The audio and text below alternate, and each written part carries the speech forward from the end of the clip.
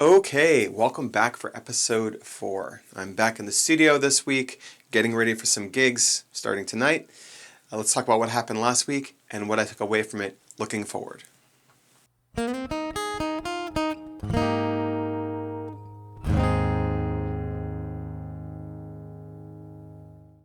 Okay, I've got my coffee.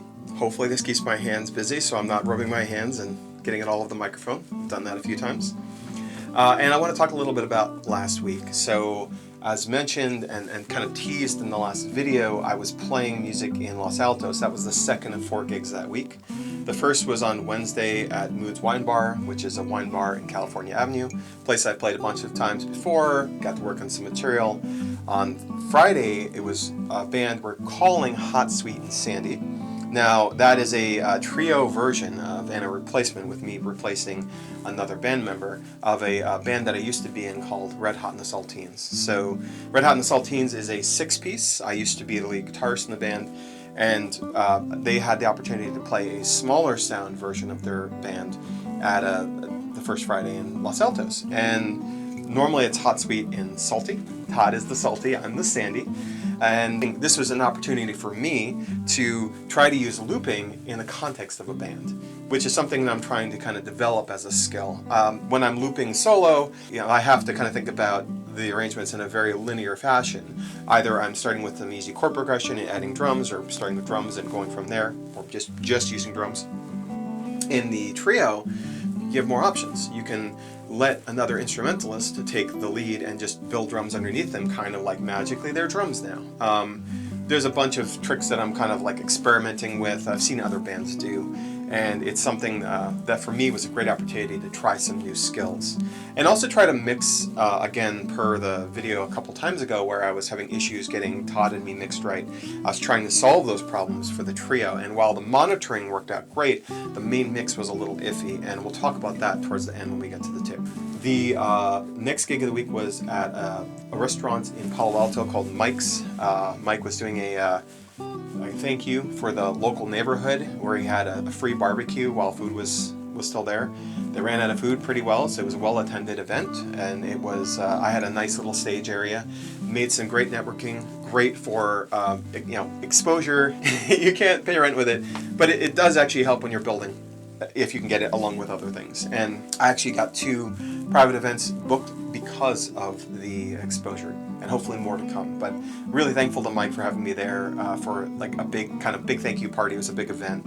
There were face painters and balloon animals and all kinds of fun things for that. So it was pretty cool, like mini pop-up festival. And then on Sunday, which would have been the 4th and final gig of the week, it ended up being a double gig. So I was playing from 1 to 3, and at 2 o'clock on my break, I went to check with the owner to see if there was another band coming in the evening, because she offered me a 5 to 7 slot, so I thought she might have both.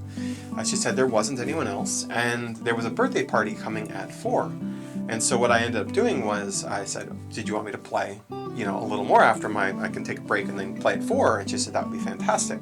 So we worked it out and ended up doing, I was able to kind of go as long as I felt comfortable going. So I played from 4 to 6 after playing 1 to 3, so a 4-hour gig at the end of the week. And it was just a really cool, in the moment opportunity to take advantage of the fact that I was already set up. Very easy commute, very easy setup, everything was already there, and I just kept playing. And I had a generator, I got a new Jackery relatively recently, and I was able to play on 1 battery for both gigs and still have about 40% left over. I don't draw a lot of power doing what I do.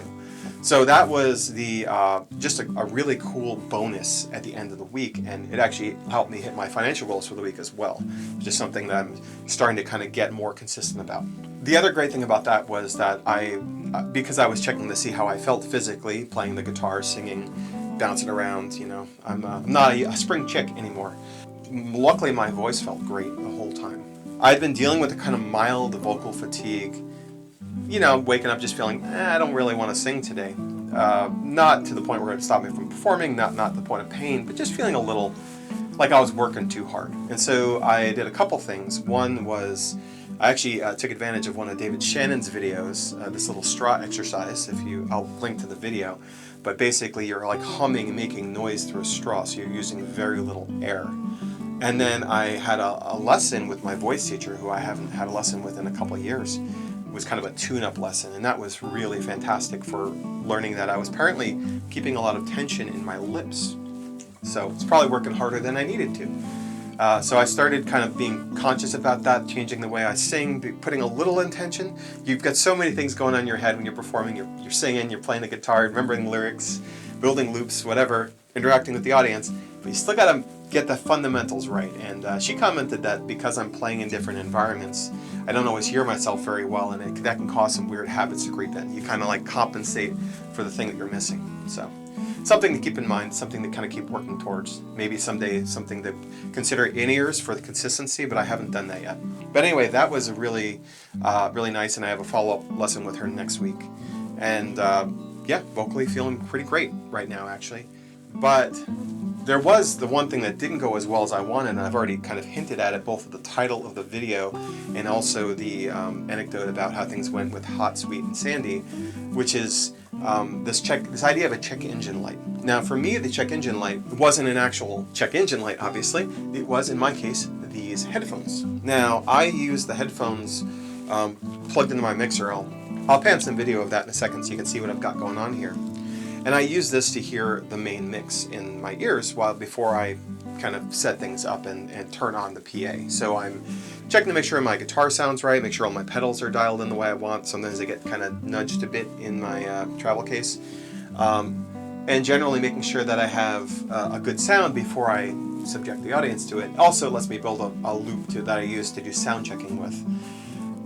But I have had a problem recently where I was getting sound only in one ear, specifically from my looper. It basically meant that on Friday I wasn't able to really mix us very well, because in my head I'm like, okay, well, I can't really trust what I hear with the headphones because the headphones are acting up, or the headphone mix, whatever, is acting up. Because it didn't exhibit this problem when I was playing live. When I plug in my PA, it's collapsing it down to monaural sound, and I just, mix the gain up and it sounds good. And also same thing with my monitor mix. My monitor mix is totally monaural, no problems there. So I had this problem that was exhibiting itself with headphones and really nowhere else, except also any recorded video also sounded thin. And between the two of them, there was definitely a smoking gun that there was something wrong. I got home, I set this stuff all up again, and I was able to identify the problem with my friend Todd's help. Turns out my mute button on my first channel on my mixer was acting up, and it's like loose in there or something, and it was causing, for some reason, one of my headphones to be dead, or one channel I should say to be dead, from whatever's in track 1, whatever's in channel 1, which typically is my looper. So good news, it's not the RC600. I definitely prefer that it's not that. And I was able to kind of work around the problem. Bad news, I can now know why the mix was a little wonky, because I didn't have a mix I could trust through the headphones on Friday, and also all the video footage I took, and I've been trying to take more video footage, did not sound good because it had the same kind of washed out stereo sound. It's weird. It's like you're listening to it through a swimming pool. It's very odd sounding. So basically all of my audio was useless, which is a problem because I'm actually in the process of refreshing my channel trailer video. I have some downtime in November that I'll talk about next week. I want to take the opportunity to get some good footage and to put together a new updated trailer. That footage that I have in the current trailer is about a year old. I think I've come a long way in that year, and also the voiceover quality is not very good. There's a bunch of things I want to improve about that.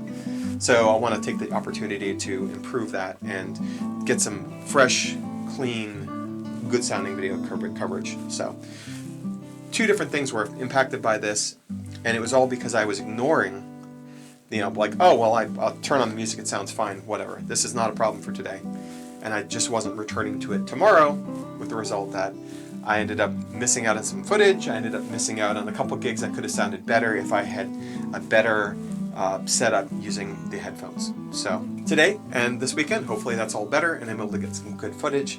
But that's pretty much it for me. I'm looking forward to playing music this weekend, hopefully getting some good footage, and hopefully sharing that footage with y'all soon. I want to add some videos to the channel, but I want them to sound right. And so, I've got a lot of editing in my future, I'm sure, including this video as well. But I hope you folks have a great week, and I will talk to you next week. Hopefully with that topic that I wanted to cover this week, if I get good footage for it. So we'll see how that works out. So you take care. Talk to you later. Bye.